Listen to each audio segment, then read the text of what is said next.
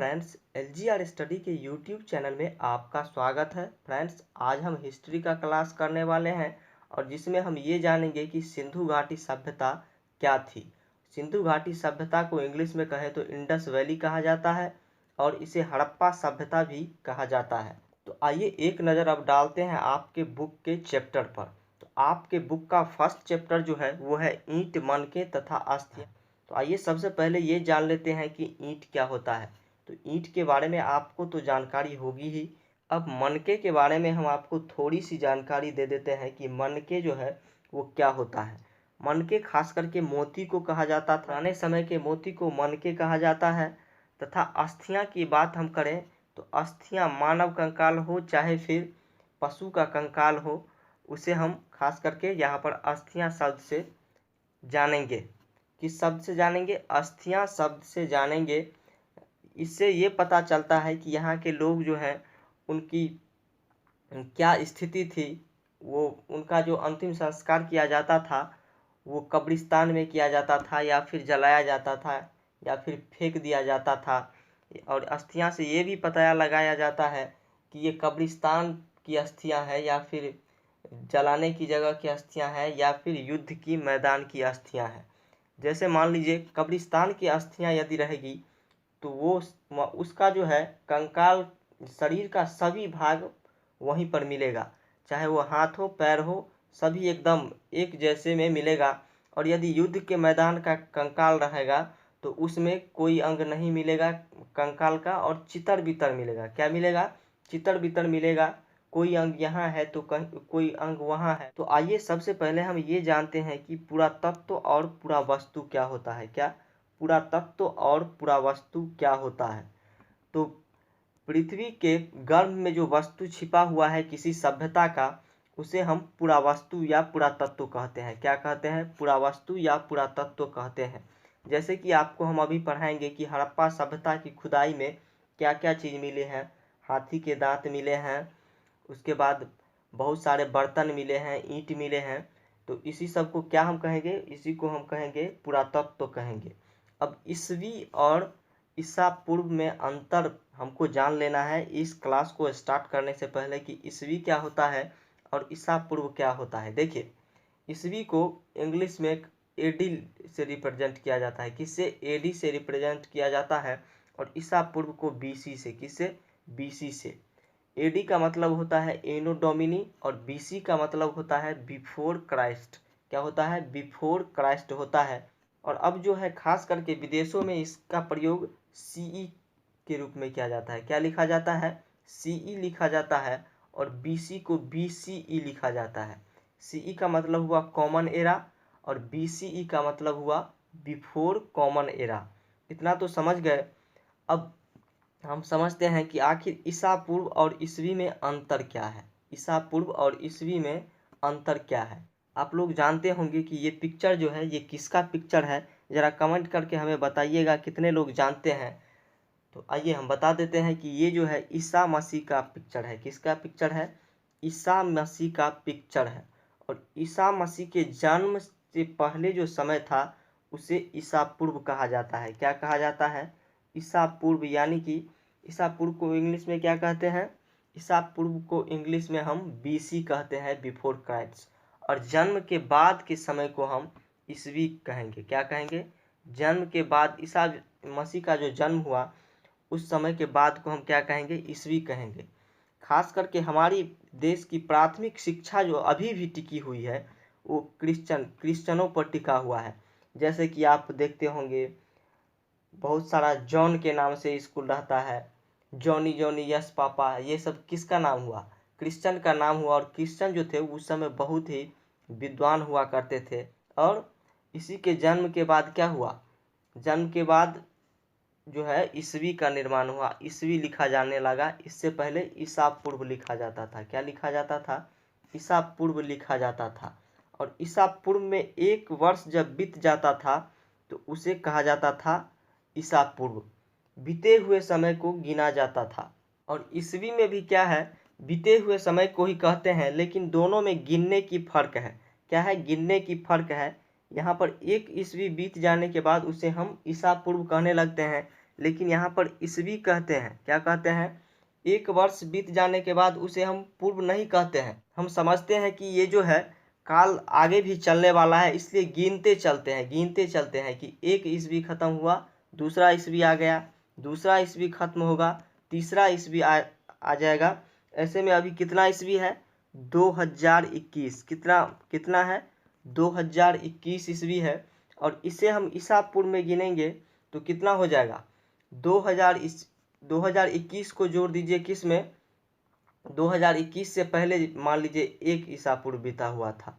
कितना? एक वर्ष बीता हुआ है ईसा पूर्व के रूप में, तो 2022 ईसा पूर्व हो जाएगा। क्या हो जाएगा? 2022 ईसा पूर्व हो जाएगा। यानी कि ईसा मसीह के जन्म के पहले यदि एक वर्ष बीता तो उसे ईसा पूर्व कहा जाएगा, और इसके बाद जो बीता उसे ईस्वी कहा जाएगा। यानी कि आप ये समझ लीजिए कि ईसा मसीह के जन्म के बाद अभी तक कितना वर्ष हो गया है? 2021 वर्ष हो गया है। कितना वर्ष हो गया है? 2021 वर्ष हो गया है। और आपका हड़प्पा सभ्यता जो है वो 2600 या फिर 1900 ईसा पूर्व का है। कब का है? 2600 और 1900 ईसा पूर्व दोनों के बीच का है। यानी कि लगभग में रखते हैं, क्योंकि यहाँ से जो है कोई ऐसा साक्ष्य नहीं मिला है, लिखित प्रमाणिक साक्ष्य नहीं मिला है जिससे हम ये पता चल सके कि उस समय ये सभ्यता था। इसलिए विद्वानों के मत के हिसाब से कोई 2600 ईसा पूर्व मानते हैं। तो आप देख लीजिए, यदि 2600 ईसा पूर्व की ये सभ्यता है तो अभी जो है वो कितना वर्ष इस सभ्यता का हो गया है? तो 2600 ईसा पूर्व, यानी कि 2600 तो पहले बीत चुका है ईसा पूर्व, और इसके बाद जो है 2022 आ चुका है। कितना आ चुका है? 2021 आ चुका है। 2600 ईसा पूर्व पहले बीत चुका है, और अभी जो है 2021 आ चुका है। तो इन दोनों को जोड़ देंगे तो इस सभ्यता का एज कितना हो जाएगा? 2600। यानी कि ईसा मसीह के जन्म से पूर्व जो है 2600 वर्ष पहले की ये सभ्यता है। तो 2600 और अभी तक कितना बीत चुका है? जन्म के बाद 2021 वर्ष बीत चुका है। तो कितना हो जाएगा? 4621 वर्ष पुराना। यानी कि आप सीधे समझ लीजिए कि लगभग 5000 वर्ष पुराना ये सभ्यता है। कितना वर्ष? 5000 वर्ष पुराना ये सभ्यता है। और इस सभ्यता के बारे में जब हम आपको पढ़ाएंगे कितनी विकसित थी, उतना विकसित जो है नगर नियोजन खास करके और शहरी व्यवस्था आज भी हमारे भारत में और विश्व की बात तो नहीं करेंगे, लेकिन भारत में उतनी नहीं है। तो आइए चैप्टर को हम स्टार्ट करते हैं। तो सबसे पहले ये जान लेते हैं कि हड़प्पा सभ्यता यानी सिंधु घाटी सभ्यता की खोज किस तरह से हुई। इसकी शुरुआत जो की गई थी वो 1826 ईस्वी में की गई थी, और किसके द्वारा किया गया था? चार्ल्स मैनसन के द्वारा। चार्ल्स मैनसन जो थे वो एक इतिहासकार थे, और उन्होंने देखा कि हड़प्पा नामक स्थान जो है यहाँ से लोग ईंटें ले जा रहे हैं और घर बना रहे हैं। यानी कि इसे ईंट बनाने का ज़रूरत नहीं पड़ रहा है, और यहाँ आते हैं और खोद करके ईंट ले जाते हैं और घर बना लेते हैं। लेकिन इन्होंने इतना ध्यान नहीं दिया कि ये ईंट जो है, ये ईंट आखिर कहाँ का है, क्यों इतना अच्छा ईंट है जो कि अभी भी घर बन रहा है। और इसके बारे में 1853 से 1856 का, यानी कि 1853 से 1826 का इस समय क्या हुआ था ये भी हम आपको, लेकिन इससे पहले हम आपको ये कहना चाहेंगे कि आप लोग वीडियो को शेयर नहीं कर पाते हैं। अधिक से अधिक शेयर कीजिए ताकि आपके अन्य साथी के पास ये पहुंच सके और हम भी आपके बीच उपस्थित हो सके एक नई ऊर्जा के साथ कि हाँ इतने बच्चे जो है क्लास कर रहे हैं। तो क्या था, अब बात करते हैं 1853 और 1856 के बीच जो है भारत में रेल की पटरियां बिछ रही थी, यानी कि रेल का निर्माण हो रहा था। सबसे पहले जो है हमारे भारत में 1853 में ही रेल का निर्माण होना शुरू हुआ। तो 1853 से 1856 के बीच अलेक्जेंडर कनिंघम के नेतृत्व में जो है रेल की पटरियां बिछाई जा रही थी, और इसमें दो इंजीनियर थे। दो इंजीनियर कौन कौन थे? तो ब्रैंटन बंधु थे। यानी कि ब्रैंटन बंधु कहें तो दो भाई जो थे वो इंजीनियर थे, जिसमें एक का नाम था जेम्स ब्रैंटन और दूसरा का नाम था विलियम ब्रैंटन। क्या था? जेम्स ब्रैंटन और विलियम ब्रैंटन। यहाँ तक क्लियर है आप लोगों को? यहाँ तक क्लियर है ना? तो चलिए इससे आगे बढ़ते हैं कि जो ये इंजीनियर थे, इन्होंने जब पटरी का बिछाना शुरुआत किया, पटरी के निर्माण को शुरुआत किया, तो ये पाया कि यहाँ पर बहुत सारा ईंट है। खुदाई जब किया जाता था थोड़ी बहुत, तो उसमें पता चलता था कि बहुत सारा ईंट है। तो इन्होंने इस ईंट का प्रयोग किस में, पटरी पर बिछाने में कर लिया। किस में कर लिया? पटरी पर बिछाने में कर लिया। और इतना ध्यान नहीं दिया आखिर ऐसे जगह में इतनी सारी ईंट कहाँ से मिल रही है। और अलेक्जेंडर कनिंघम भी इस पर ध्यान नहीं दिए और बात बीत गया। तो 1921 में जो है वो क्या होता है ये हम आपको बताते हैं।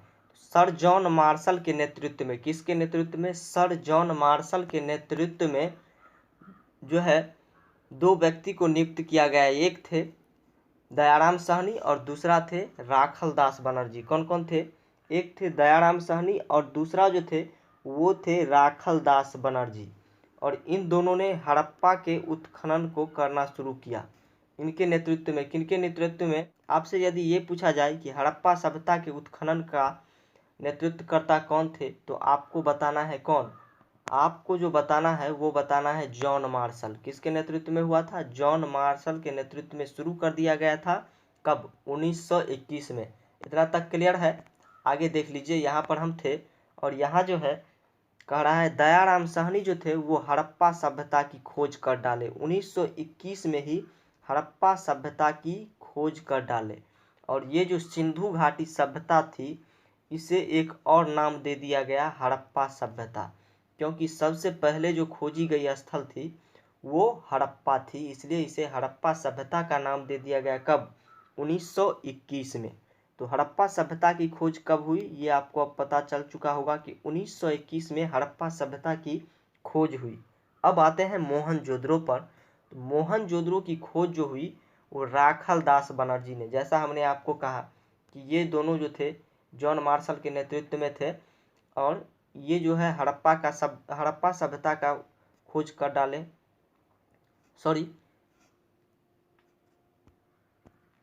ये जो है दयाराम साहनी, इनको हड़प्पा के उत्खनन के लिए दिया गया और इनको मोहनजोदड़ो के उत्खनन को शुरू करने का आदेश दिया गया। तो ये तो 1921 में ही हड़प्पा सभ्यता का खोज कर डाले और ये भी उतना देर नहीं लगाए। राखल बनर्जी जो थे वो भी देर नहीं लगाए और 1922 ईस्वी में ही इन्होंने भी उत्खनन करके मोहनजोदड़ो को खोज डाला। किसको खोज डाला? मोहनजोदड़ो को खोज डाला। और ये मोहनजोदड़ो जो था ये हड़प्पा सभ्यता यानी कि सिंधु घाटी सभ्यता का सबसे बड़ा शहर था। क्या था? सबसे बड़ा शहर था मोहनजोदड़ो।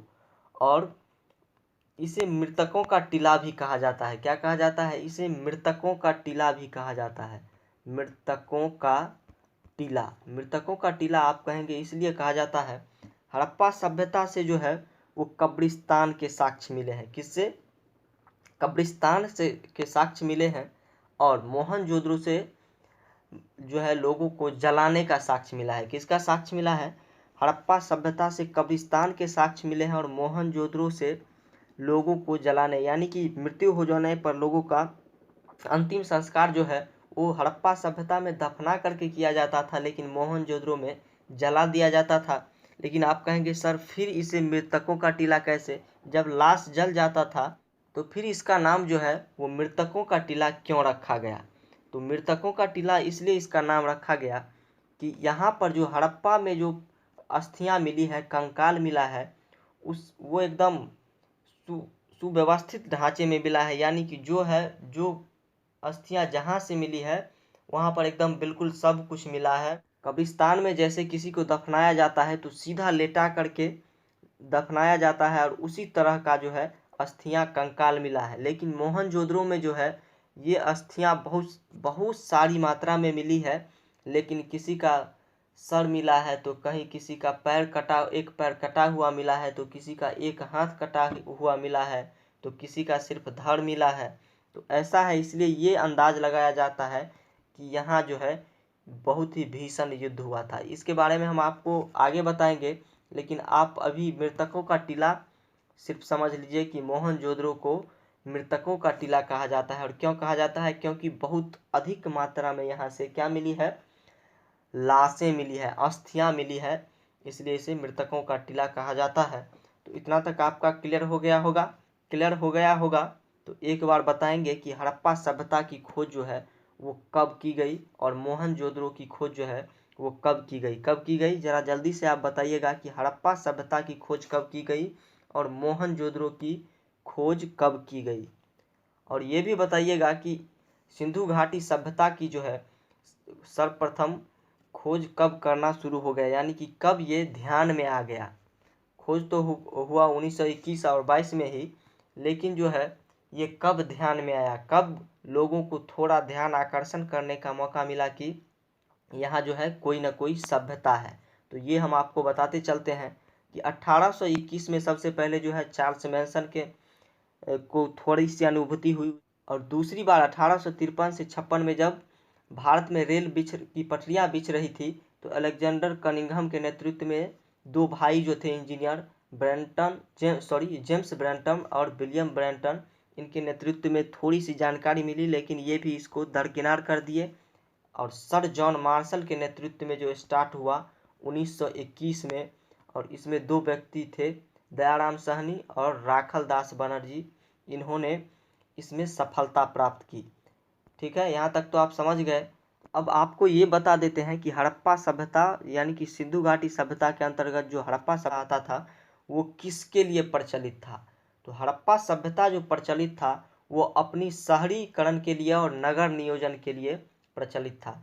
शहरीकरण की बात करें तो यहाँ पर शहर जो है बहुत ही विकसित जान पड़ता है, और नगर नियोजन यहाँ की जो नियोजन की गई है नगर को बनाया गया है, बस्ती को बनाया गया है, वो इतने अच्छे ढंग से बनाया गया है कि आज भी हम अपने देश में उस तरह का नगर नियोजन नहीं देख पाते हैं। क्योंकि आप लोग बरसात में देख पाते होंगे कि सड़क पर मेन जो आपका बाजार है उसके मेन सड़क पर पानी की जो है कितनी ये रहती है, लेकिन यहाँ ऐसा नहीं था। और नालियाँ खास करके जो है इसमें प्रमुख थी, और सड़क जो है वो एकदम 90 डिग्री पर काटती थी, एकदम सीधा सड़क रहता था, जिससे कि साफ करने में, साफ सफाई में तो दिक्कत होती ही नहीं थी। उसके बाद वो हवा भी बस्तियां में आराम से जा आ सकती थी, हवा एकदम अच्छी रहती थी। इसके लिए इसका नियोजन जो है वो बहुत ही सुसंगठित तरीका यानी कि अच्छी तरीका से की गई थी। दूसरी बात है जल निकास की। जल निकास के बारे में जैसे कि हमने अपने समय की बात की कि अभी भी हमें कितनी दिक्कत की सामना करना पड़ता है, तो इस समय ऐसा नहीं था। बारिश हुआ और तुरंत देखते थे कि सड़क पर जो है पानी का कोई अंश ही नहीं बचा। क्यों?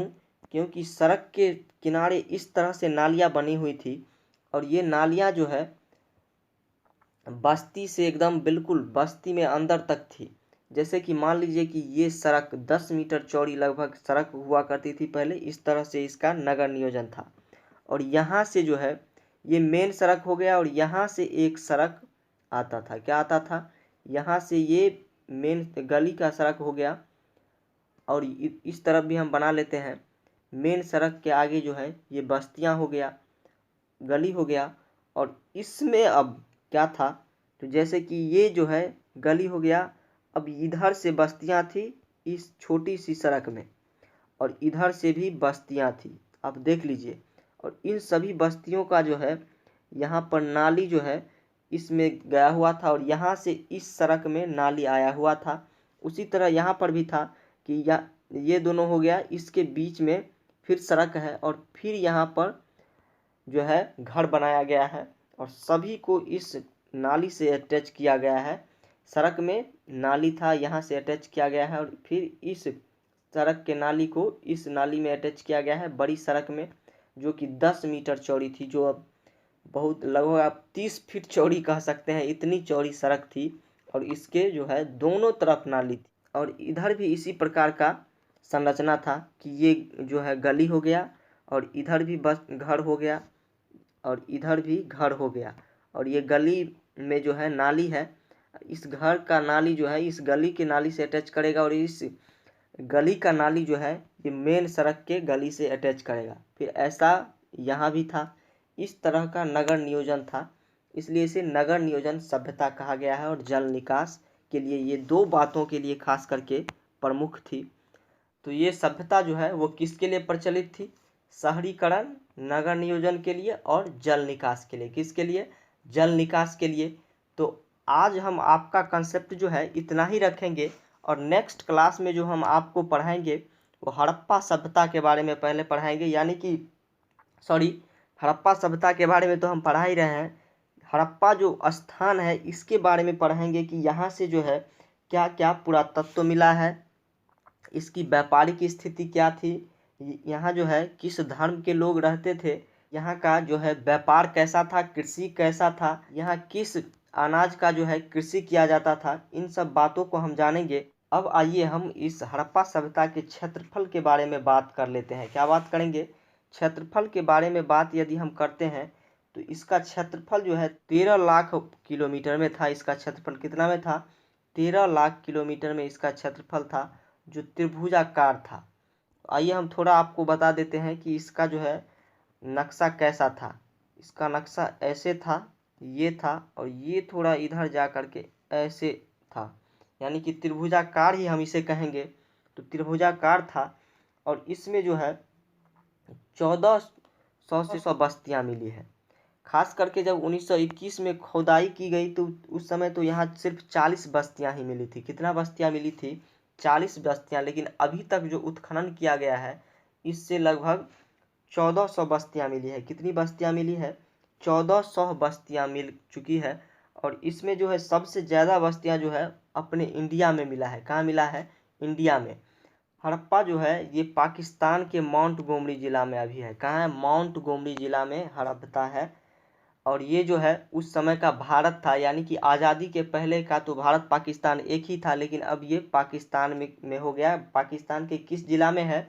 माउंट गोमरी ज़िला में है। और ये रावी नदी के किनारे है। किस नदी के किनारे है? रावी नदी के किनारे है। कौन सा सभ्यता? हड़प्पा सभ्यता। अब आप कहेंगे कि सिंधु घाटी सभ्यता इसका नाम क्यों रखा गया? तो ये पूरा सभ्यता जो है वो सिंधु नदी के आसपास फैला हुआ है। कहाँ फैला हुआ है? सिंधु नदी के आसपास फैला हुआ है, इसलिए इसका नाम सिंधु घाटी सभ्यता रखा गया। लेकिन आपको याद रखना है कि हड़प्पा सभ्यता किस नदी के किनारे है? तो ये रावी नदी के किनारे है। और कहाँ है? पाकिस्तान के माउंट गोमरी ज़िला में है। कहाँ स्थित है? पाकिस्तान के माउंट गोमरी ज़िला में। अब हम बात कर लेते हैं इसके नगर की संख्या की, कि इसमें जो है कितने नगर लगभग मिले हैं।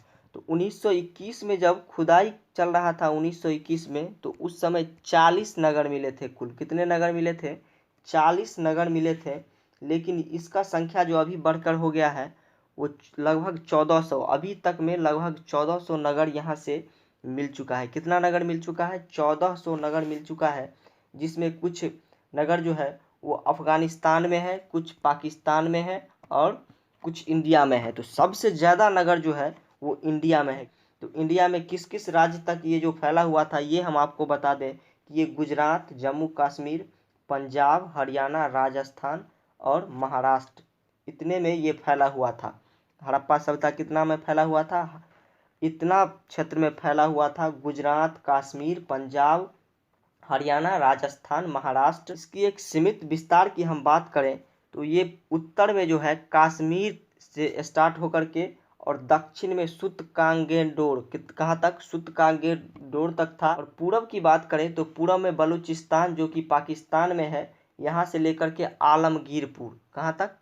पश्चिम में आलमगीरपुर तक फैला हुआ था। और आलमगीरपुर जो है वो यूपी में है। कहाँ है? यूपी में है। तो लगभग 8-9 राज्यों में, भारत के 8-9 राज्यों में ये फैला हुआ था। और कुछ हिस्सा पाकिस्तान में था और कुछ हिस्सा अफ़गानिस्तान में था।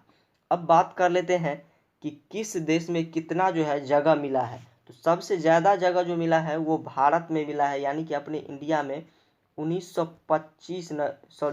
925 नगर मिले हैं। कितने मिले हैं? 925 नगर लगभग मिले हैं अपने इंडिया में।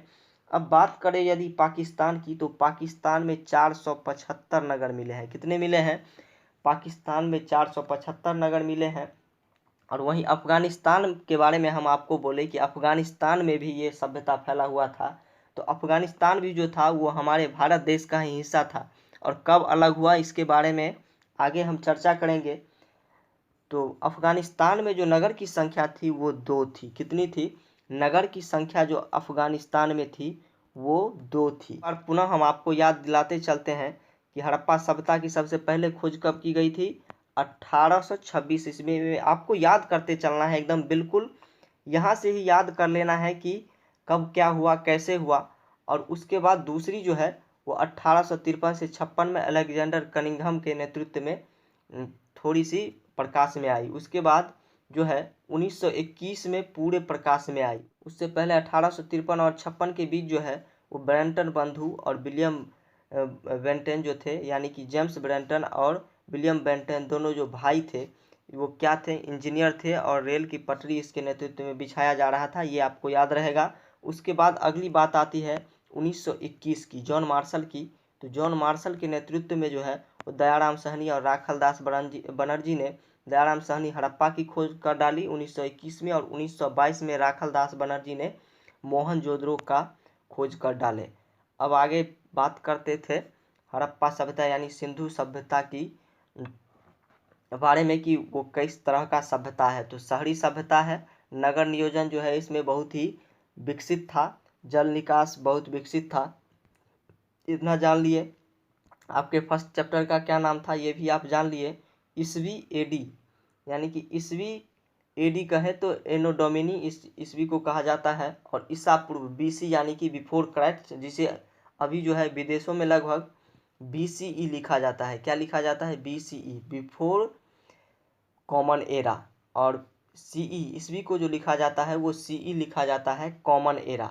पुरातत्व और पुरावस्तु के बारे में भी हम आपको बता दिए कि पुरातत्व क्या होता है, पुरावस्तु क्या होता है। पुरातत्व जो होता है वो होता है उत्खनन में जो साक्ष्य मिलते हैं उसे पुरातत्व कहा जाता है, और पुरावस्तु भी कहा जाता है। यहाँ तक आपका जो है कॉन्सेप्ट क्लियर हो गया है। और आगे जो हम बात किए थे वो हड़प्पा सभ्यता जो है वो किस नदी के किनारे फैली हुई है? तो रावी नदी के किनारे फैली हुई है। कहाँ पर है अभी? तो पाकिस्तान के मोंटगोमरी जी है। और आगे हम बात किए थे कि सिंधु घाटी सभ्यता की खोज में जो है वो कितना जो है नगर मिला है।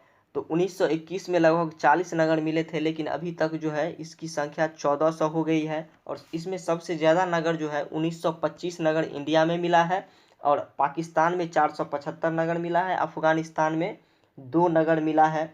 और कौन कौन से राज्य थे ये भी हम आपको बताएं कि इंडिया में गुजरात, कश्मीर, पंजाब, हरियाणा, राजस्थान, महाराष्ट्र और यूपी था। और इसका जो विस्तार था ये भी हम आपको बता दिए कि कैसे विस्तार था। इसका विस्तार जो था उत्तर में कश्मीर था, दक्षिण में सुत्कांगेंडोर था, और पूरब में जो था वो बलूचिस्तान जो कि पाकिस्तान में है, और पश्चिम में जो है आलमगीरपुर तक फैला हुआ था। कहाँ तक फैला हुआ था? आलमगीरपुर, जो कि यूपी में है। तो कहाँ से कहाँ तक फैला हुआ था ये आपको याद करते चलना है। उत्तर में कश्मीर से लेकर दक्षिण सुत्कांगेंडोर तक, और पूरब की बात करें तो पूरब में जो है वो बलूचिस्तान जो कि पाकिस्तान में है, यहाँ से लेकर के पश्चिम में आलमगीरपुर जो कि यूपी में पड़ता है, यहाँ तक उत्तर प्रदेश में पड़ता है, यहाँ तक ये फैला हुआ था। अब बात इसके नक्शा की करें तो इसका नक्शा जो है वो त्रिभुजाकार था, ये भी हम आपको बताएं। इसका नक्शा इस तरह से था, त्रिभुजाकार था। इधर जो है ज़्यादा फैला हुआ था और ऐसे था। इधर जो है यानी कि हम बात करें तो पश्चिम में जो है वो ज़्यादा फैला हुआ था, और इधर आते आते इसका जो है कम हो गया था, पूरब आते आते कम हो गया था, इस तरह से था। तो यहाँ तक आप जान लिए। नेक्स्ट क्लास में हम हड़प्पा नगर के बारे में एकदम पूरी डिटेल से जानेंगे, और मोहनजोदड़ो, इन दोनों नगर के बारे में पूरी डिटेल से जानेंगे कि हड़प्पा नगर में क्या क्या मिला, कैसी वस्तुएं मिली हैं, यहाँ कैसी बस्ती मिली है, कौन कौन से वस्तुएं मिली है, यहाँ के लोग कैसे थे, किस धर्म के थे, किस चीज़ की पूजा करते थे, ये सब हम जानेंगे। इनका व्यापार जो था क्या था, कृषि जो है वो कृषि क्या था, किन किन अनाजों का जो है ये उपार्जन करते थे, यानी कि किन किन अनाजों को उपजाते थे। इन सब बातों को हम अगले